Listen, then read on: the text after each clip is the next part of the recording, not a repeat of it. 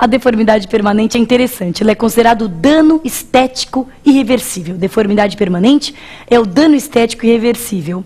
E sempre se questionou um pouco se esse dano estético devia ser verificado subjetivamente ou objetivamente. Eu vou dar um exemplo.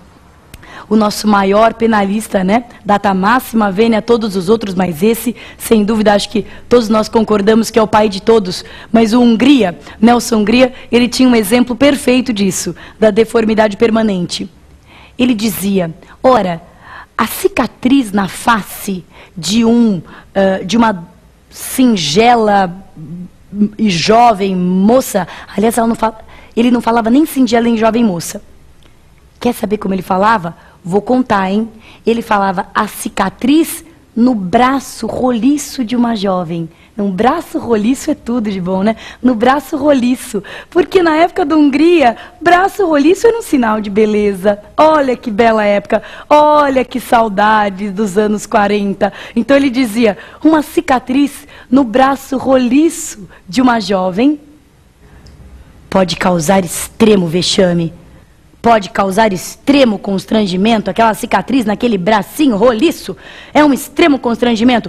Por outro lado, a mesma cicatriz na face rústica de um sertanejo, ele fala assim, a mesma cicatriz na face rústica de um sertanejo, não apenas não causa constrangimento, como é inclusive motivo de orgulho, sinal de virilidade, sinal de brio. Enfim, então aquele sertanejo já calejado com um talho no rosto, aquilo não lhe provoca nenhuma vergonha, muito pelo contrário, aquilo lhe dá até um certo prestígio. Então ele dizia que o dano estético devia ser verificado de acordo com a vítima. Para determinadas vítimas, aquela coisa pode ser considerado um dano estético de grande monta.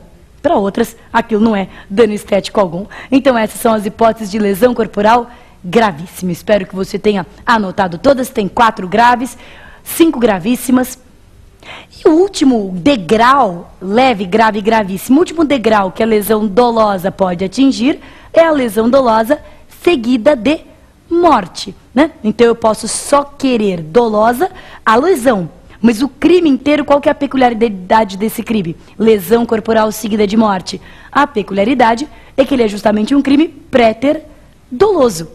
É um crime em que eu tenho dolo de lesão, mas acabo obtendo a morte sem querer. Porque não é mesmo, não é, meu caro amigo, minha cara amiga? Se eu já queria matar, então não há de ser nunca lesão corporal seguida de morte, e sim homicídio. A característica da lesão corporal seguida de morte é justamente ser um crime préter doloso. Agora, nesse finalzinho, é que vem o mais importante, porque é a pegadinha mais arriscada aqui dessa matéria. Escuta bem. A lesão dolosa tem 4 graduações: leve, grave, gravíssima e seguida de morte. A lesão culposa é culposa e ponto. As únicas diferenças da lesão corporal culposa são lesão corporal culposa do Código Penal e lesão corporal culposa do Código de Trânsito. Só.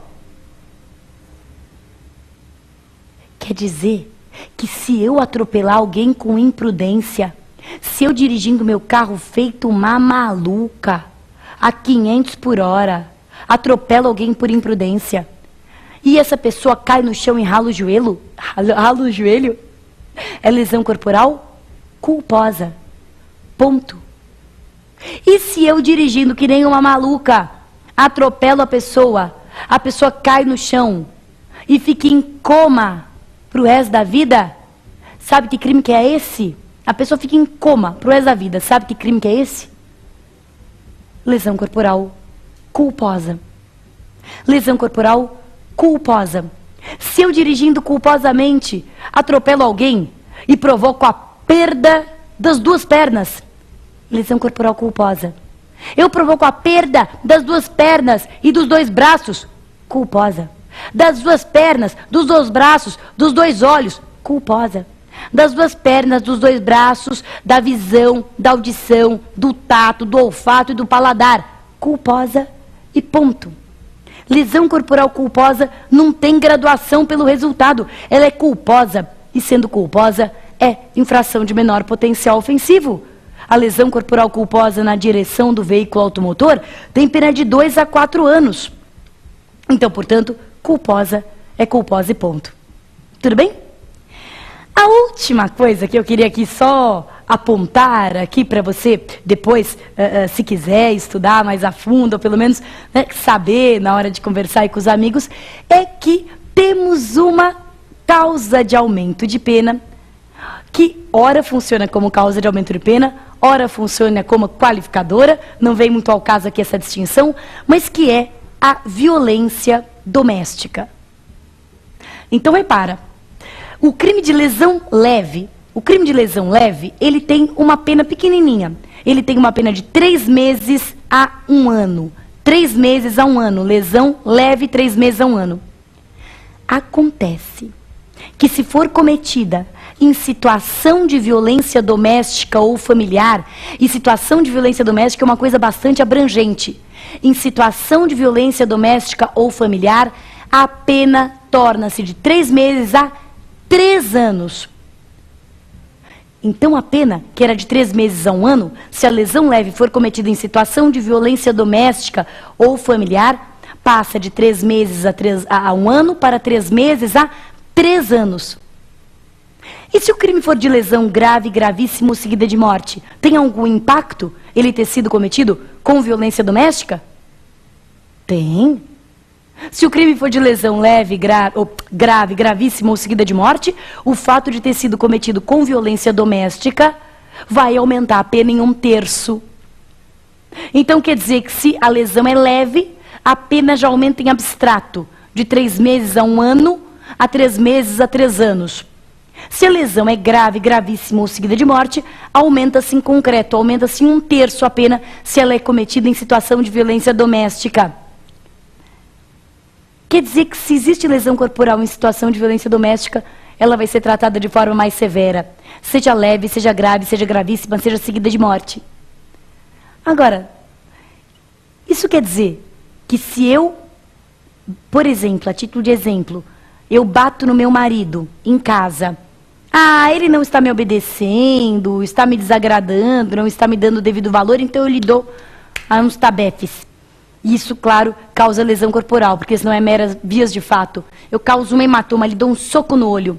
E aí, a minha pena da minha lesão leve será aumentada também? O que eu estou querendo te perguntar é o seguinte: para que haja o aumento de pena no crime de lesão corporal, leve, grave, gravíssima, seguida de morte, não importa, é preciso que a vítima seja mulher? Ou é possível que a vítima seja homem também? Só o que eu posso dizer é para os meus queridos telespectadores homens ficarem tranquilos, porque eles também são protegidos pelo Código Penal. Para o crime de violência doméstica, não importa se a vítima é homem ou mulher. Basta que o crime tenha sido cometido em situação de violência doméstica ou familiar, com quem se conviva ou tenha convivido numa relação íntima. Basta que tenha sido cometido em situação de violência doméstica ou familiar. Tem certeza, professora? Porque eu juro por Deus que eu ouvi dizer que a Lei Maria da Penha só se aplica contra a vítima mulher. Será que isso é uma nova orientação? Eu aprendi errado? Nós não estamos na Lei Maria da Penha. Eu não estou falando de Lei Maria da Penha, meu caro amigo. Eu estou falando de Código Penal. E o que eu estou falando, então, não entra em conflito com a Lei Maria da Penha. A Lei Maria da Penha, sim, esta só se aplica quando o crime é cometido contra a mulher.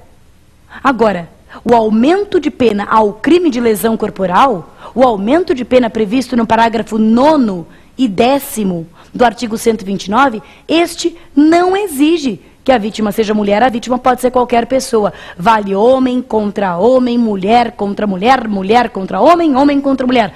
É absolutamente democrático. Vale tudo. Desde que a situação da violência tenha sido uma situação de violência doméstica ou familiar. Muito bom, então terminamos aqui a nossa lesão corporal. A gente fez um sobrevoo, é um artigo extenso, mas eu acho que a gente fez um sobrevoo bastante completo.